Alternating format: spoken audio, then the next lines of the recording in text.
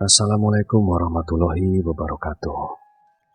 Kalau sekarang melihat warung makan Bu Ratna yang selalu penuh sejak pagi sampai malam, mungkin tidak ada yang menyangka kalau beberapa tahun lalu warung sederhana itu pernah berada di ambang kebangkrutan.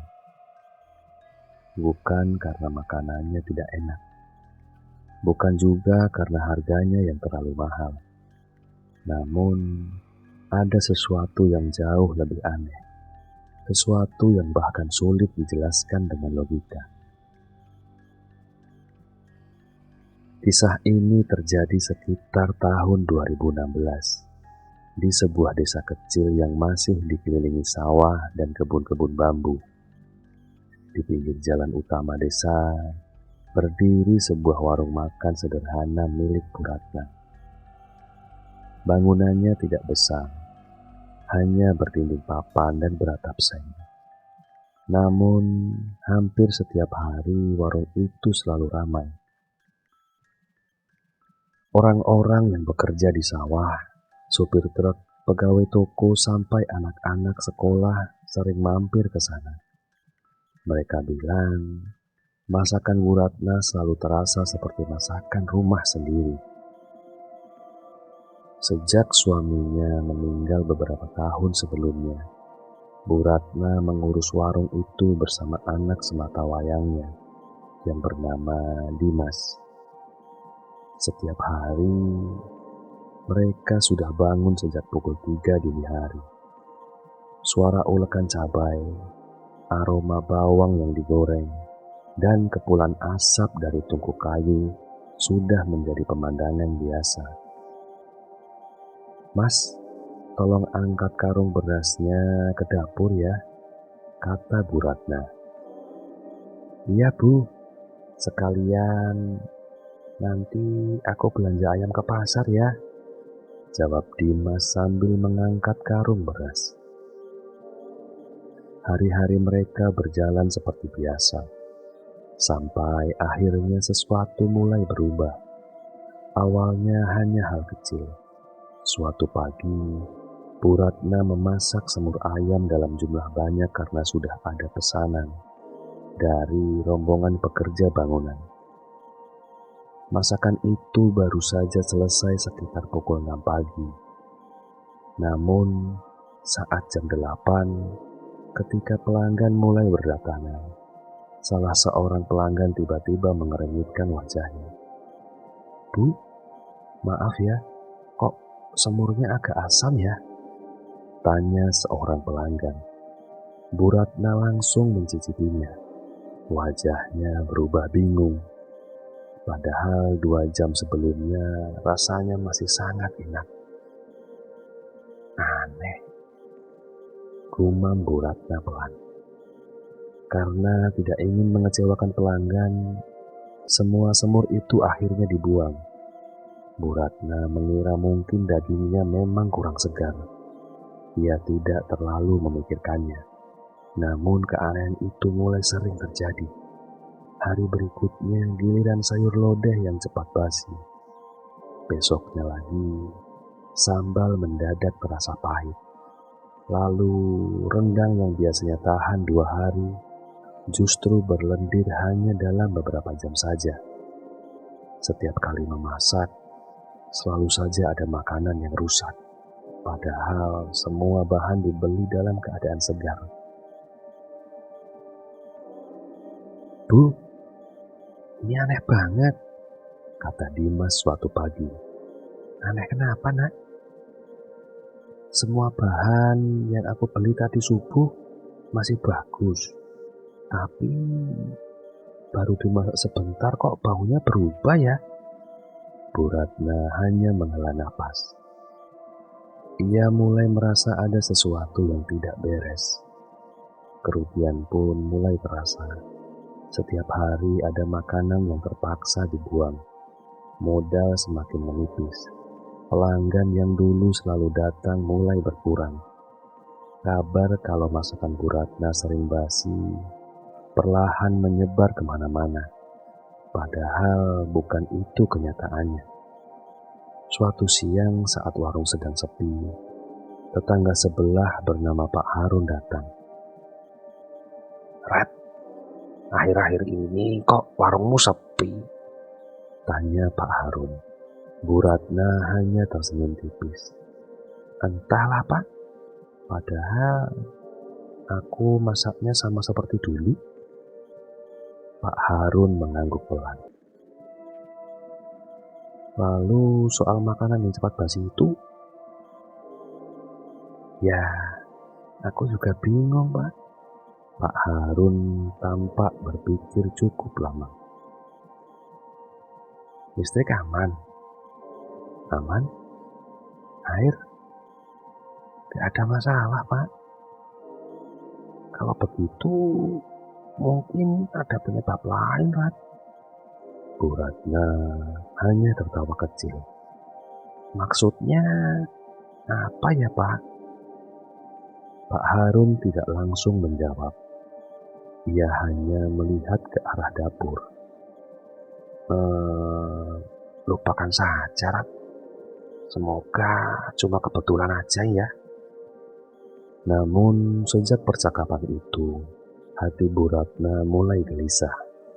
Entah kenapa, ucapan Pak Harun terus terngiang di kepalanya.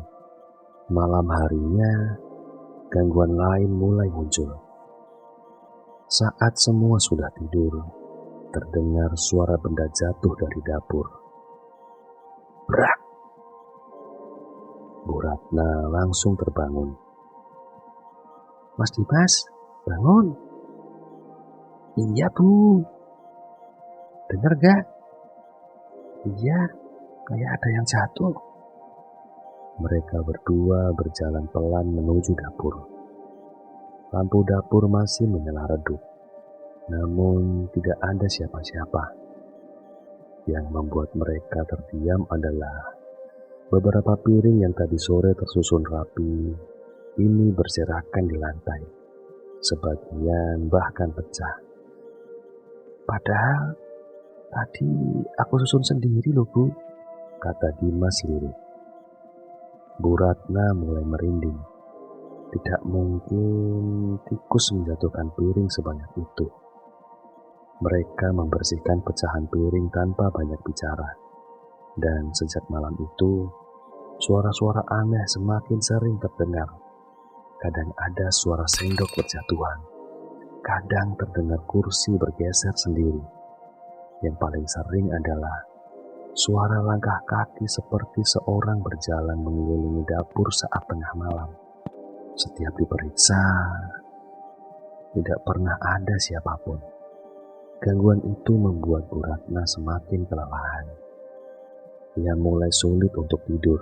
Wajahnya terlihat pucat setiap pagi. Pendapatan warung juga semakin menipis. Suatu sore, Dimas sedang menyapu halaman belakang ketika ia melihat sesuatu yang membuatnya berhenti. Di dekat jendela dapur, tanah terlihat seperti baru saja digali. Tidak besar, hanya sedikit lebih gelap dibanding tanah di sekitarnya. Bu, panggil Dimas. "Ada apa Nak?" "Kayaknya ada yang aneh di belakang Bu." Bu Ratna menghampiri. Ia ikut memperhatikan bekas tanah itu. "Aneh ya, tadi pagi belum ada. Kayaknya baru digali." Bu Ratna mengangguk pelan. Entah kenapa bulu kuduknya mulai berdiri. Beberapa hari terakhir memang sering ada suara langkah kaki di luar rumah setiap menjelang tengah malam. Namun saat dicek, tidak pernah terlihat siapapun. Dimas mengambil cangkul kecil yang biasa dipakai untuk berkebun. "Bu, gimana kalau kita lihat saja?" Bu Ratna sempat ragu. "Jangan sekarang Nak." Kenapa Bu? Nanti saja, atau besok pagi, sekarang sudah mulai gelap." Dimas akhirnya mengangguk. Namun malam itu tidak satu pun dari mereka bisa tidur nyenyak. Dari arah dapur kembali terdengar suara kayu seperti dipukul pelan. Tok, tok, tok. Suara itu muncul 3 kali, lalu hening. Bu Ratna hanya bisa memeluk tasbih di tangannya sambil terus berdoa. Ia belum tahu bahwa keesokan paginya galian kecil di belakang dapur itu akan membawa mereka pada sebuah penemuan yang mengubah semuanya. Dan sejak saat itu, Bu Ratna mulai percaya ada seseorang yang sengaja mengirimkan sesuatu ke warungnya. Pagi itu suasana warung masih terlihat lenggang. Biasanya sebelum jam 7, beberapa sopir truk sudah duduk menikmati sarapan. Tapi kali itu hanya ada 2 pelanggan yang datang. Itu pun mereka tidak lama. Bu Ratna hanya bisa memandangi kursi-kursi kosong sambil menarik nafas panjang. Bu, aku jadi gali sekarang ya, tanya Dimas. Bu Ratna mengangguk pelan. Iya nak, tapi panggil dulu Pak Harun biar ada temannya. Tidak lama kemudian, Pak Harun datang sambil membawa cangkul kecil. Sudah siap nak? Tanya Pak Harun. Siap Pak, semoga cuma tanah biasa ya, jawab Dimas sambil tersenyum tipis. Mereka bertiga berjalan ke belakang warung. Bekas tanah yang semalam terlihat masih sama. Warnanya lebih gelap dibanding tanah di sekitarnya. Dimas mulai mencangkul perlahan. Baru beberapa kali ayunan, terdengar suara benda keras mengenai besi cangkul. Tak, itu apa? Tanya Bu Ratna dengan wajah tegang. Dimas berjongkok lalu menggali menggunakan tangan. Tak lama kemudian muncul ujung kain hitam yang sudah kusam. Pak, ini ada kain. Angkat pelan-pelan nak, kata Pak Harun. Dimas menariknya perlahan. Semakin terlihat, semakin aneh bentuknya. Itu sebuah bantalan kain hitam yang diikat dengan tali merah. Ukurannya sebesar kepalan tangan orang dewasa. Pak Harun terlihat langsung berubah serius. Jangan dibuka di sini nak. Tapi isinya apa ya Pak? Tanya Dimas. Pak Harun menarik napas.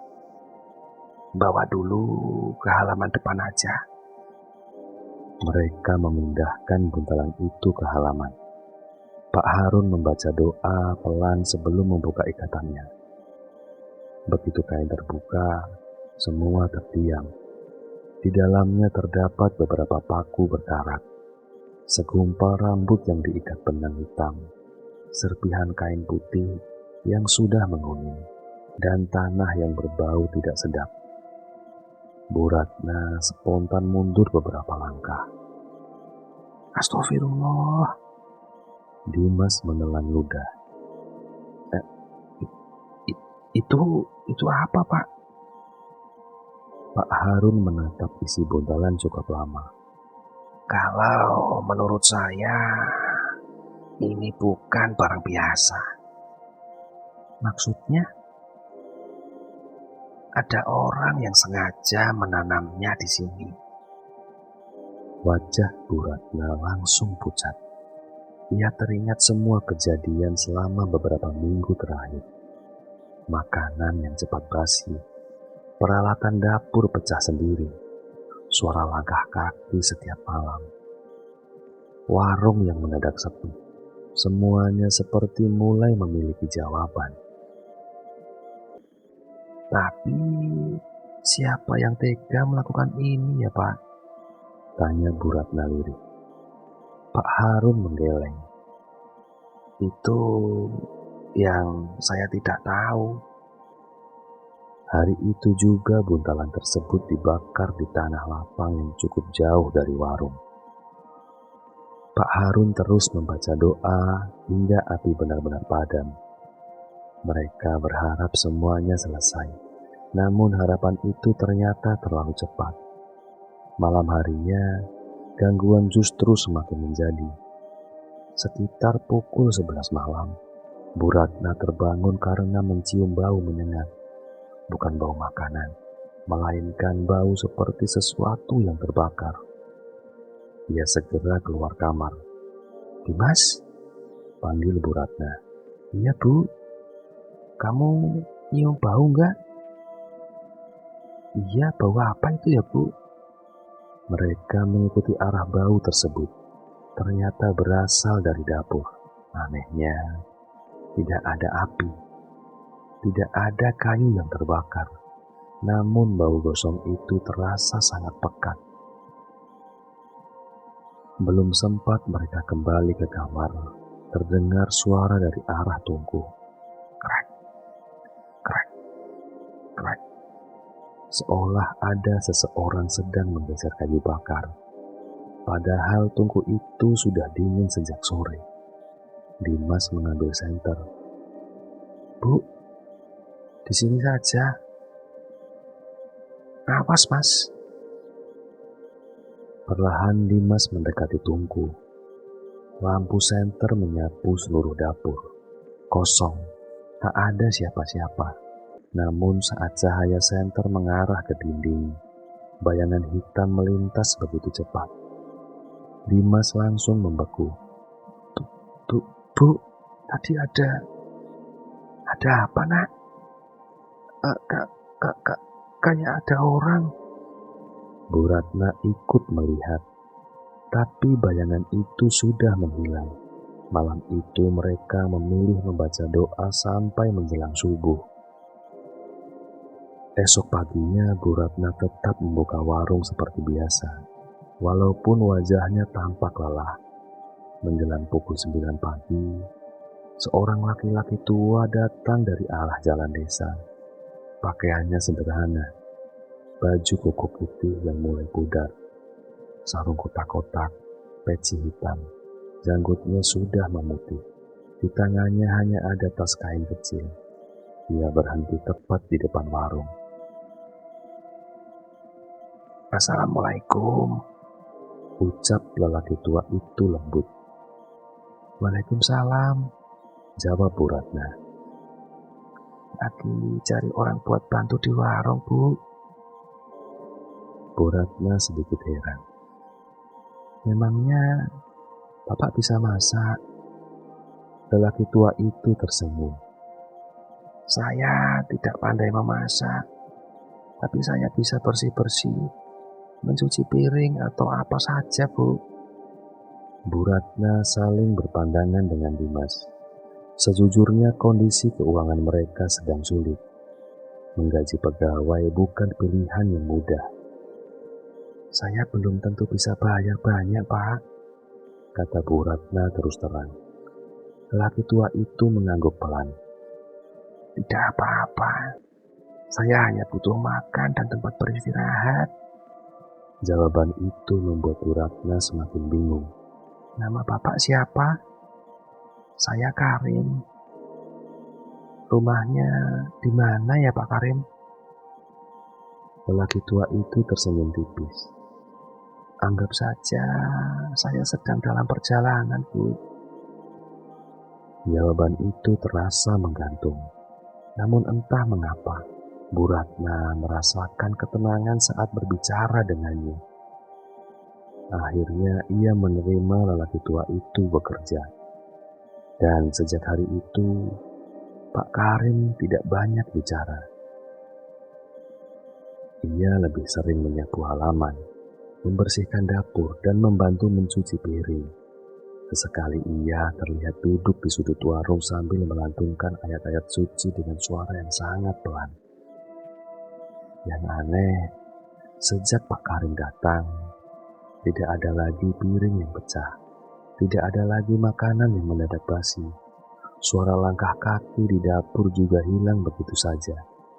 Pelanggan perlahan mulai kembali berdatangan.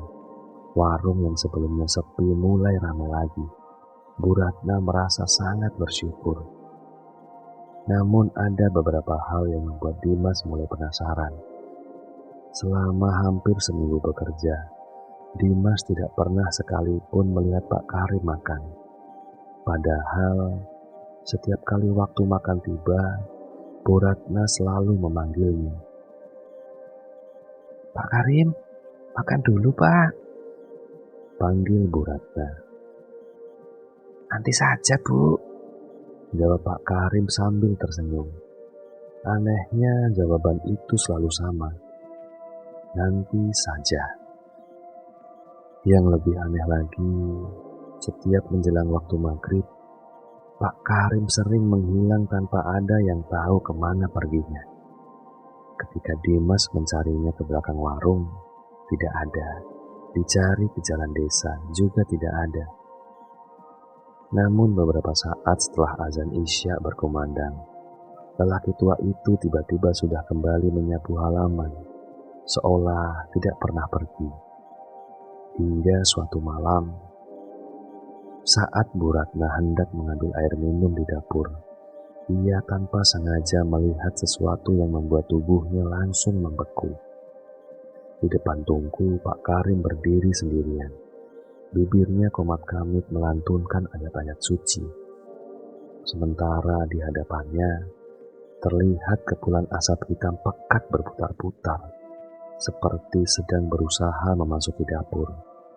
Namun setiap kali bacaan Pak Karim terdengar semakin lantang, asap hitam itu perlahan mundur, lalu lenyap begitu saja ke dalam kegelapan malam. Bu Ratna menutup mulutnya agar tidak berteriak. Ia baru menyadari, lelaki tua yang datang meminta pekerjaan itu mungkin bukan sekedar orang biasa. Dan malam itu untuk pertama kalinya, Bu Ratna mulai yakin ada seseorang yang selama ini diam-diam menjaga warungnya dari serangan yang tidak kasat mata. Sejak malam Bu Ratna melihat kepulan asap hitam yang seolah terusir oleh lantunan ayat suci dari Pak Karim. Ia mulai percaya bahwa lelaki tua itu bukan orang biasa. Meski begitu, Bu Ratna tidak pernah berani menanyakan apa yang sebenarnya terjadi. Ia memilih diam. Pak Karim pun tetap menjalani hari-harinya seperti biasa. Datang paling pagi, menyapu halaman, membersihkan dapur, merapikan meja. Sesekali, ia duduk di sudut warung sambil memegang tasbih dan melafalkan zikir dengan suara yang hampir tidak terdengar. Anehnya, sejak hari itu tidak pernah lagi terjadi gangguan. Masakan Bu Ratna kembali seperti dulu.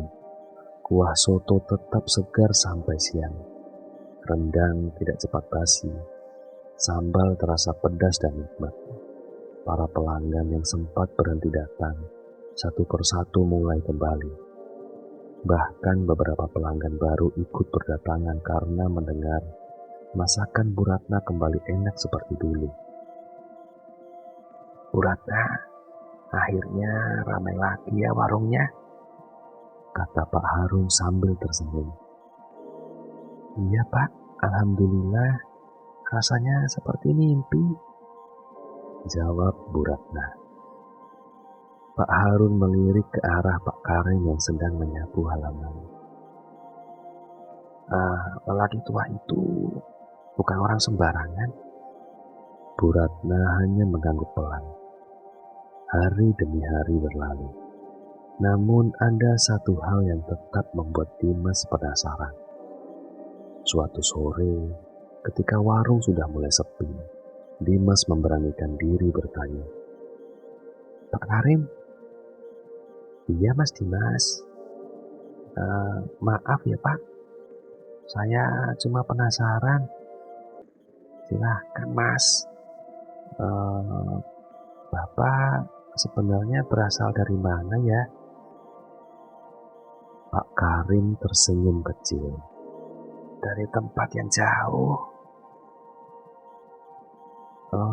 Maksud saya, rumah Bapak di mana? Lelaki tua itu kembali tersenyum.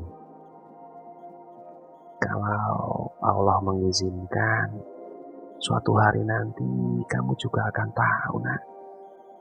Jawaban itu membuat Dimas semakin bingung.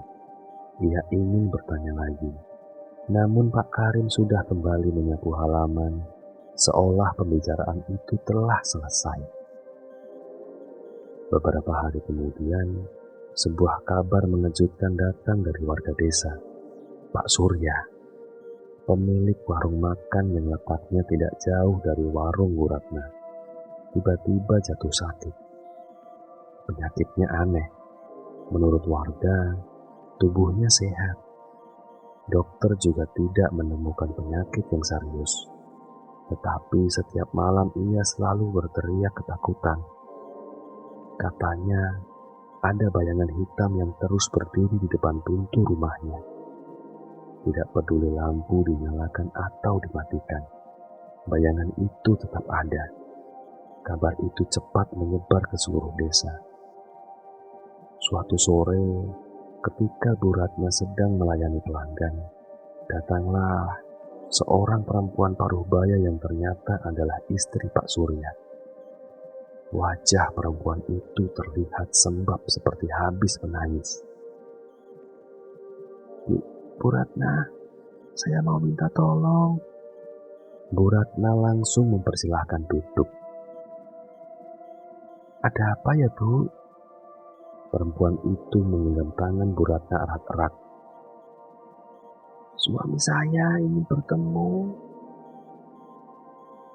Pak Surya, perempuan itu mengangguk. Dia bilang sebelum terlambat, dia harus minta maaf sama Bu Ratna. Bu Ratna saling berpandangan dengan Dimas. Meski sempat ragu, akhirnya mereka berdua datang ke rumah Pak Surya sore itu juga. Saat memasuki kamar, Bu Ratna hampir tidak mengenali wajah Pak Surya. Tubuhnya jauh lebih kurus, matanya cekung, wajahnya pucat. Ia terlihat seperti tidak tidur selama berhari-hari. Melihat Bu Ratna datang, Pak Surya langsung menangis. Ratna, maafkan aku. Bu Ratna terdiam. Ada apa sebenarnya, Pak? Pak Surya menutup wajahnya dengan kedua tangan. Aku yang selama ini menyakitimu. Maksud Bapak? Dengan suara yang bergetar, Pak Surya mulai bercerita.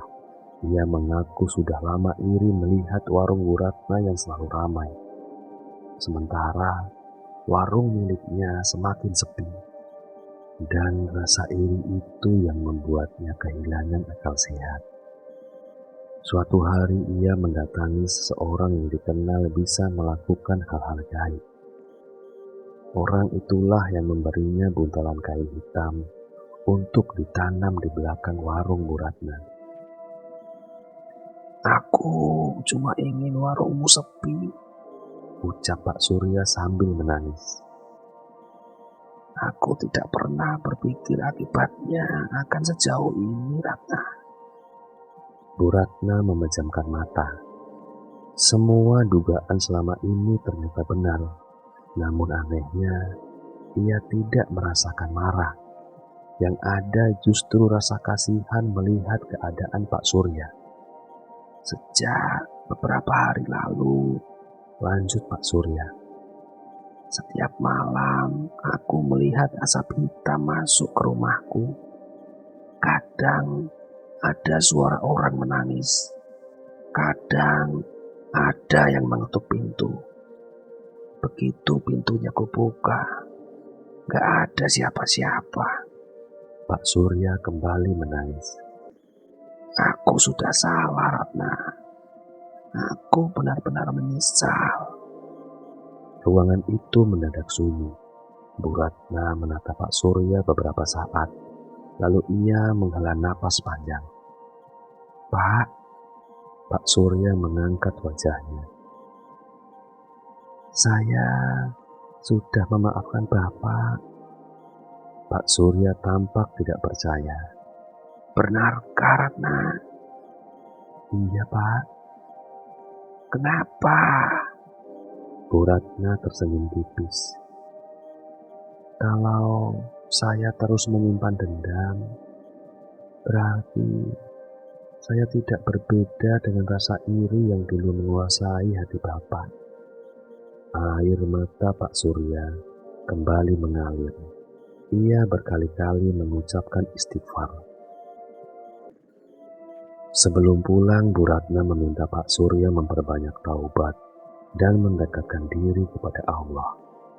Pak Surya mengangguk sambil terus menangis.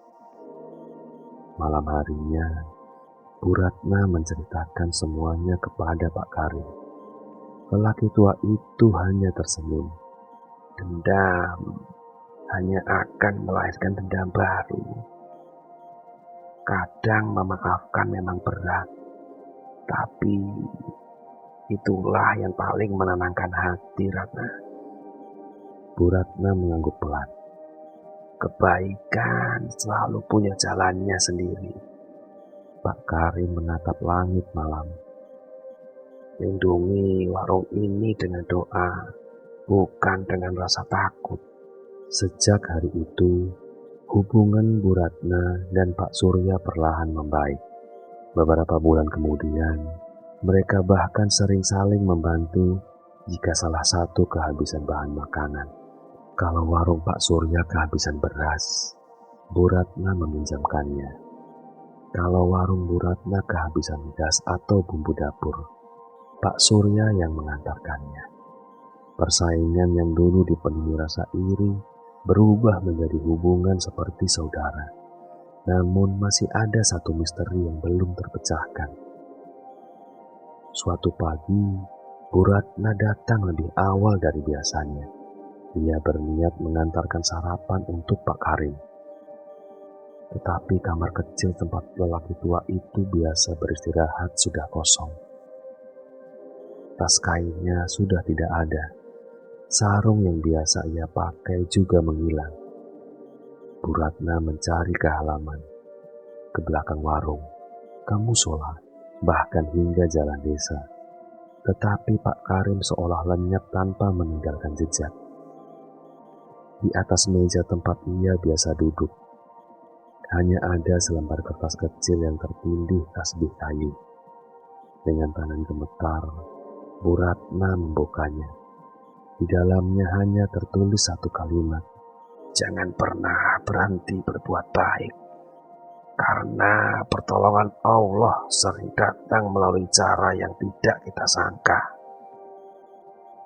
Tidak ada nama, tidak ada alamat, tidak ada pesan lain. Pak Harun yang ikut membaca surat itu hanya tersenyum pelan. Barangkali memang tugas beliau sudah selesai. Bu Ratna memandangi warungnya yang kini kembali dipenuhi pelanggan. Asap dari tungku kembali mengepul, tetapi kali ini membawa aroma masakan yang harum, bukan lagi bau aneh yang membuat hati gelisah. Hingga hari ini, Bu Ratna tidak pernah tahu siapa sebenarnya Pak Karim.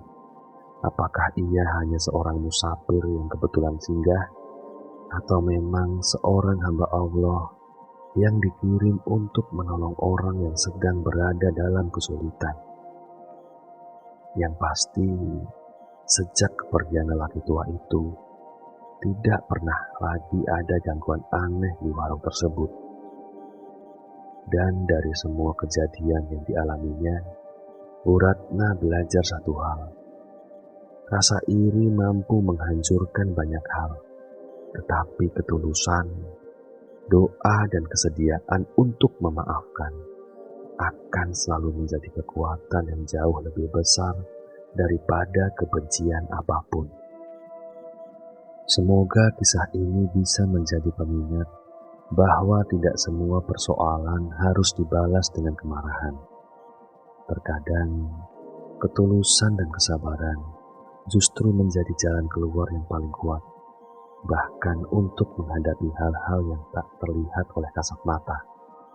Kalau kalian suka dengan cerita seperti ini, jangan lupa dukung channel ini dengan menekan tombol like, subscribe, dan aktifkan lonceng notifikasinya supaya tidak ketinggalan cerita-cerita misteri lainnya. Kalau kalian pernah mengalami kejadian mistis yang sulit dijelaskan, tuliskan di kolom komentar. Siapa tahu kisah kalian akan kami angkat menjadi cerita di video berikutnya.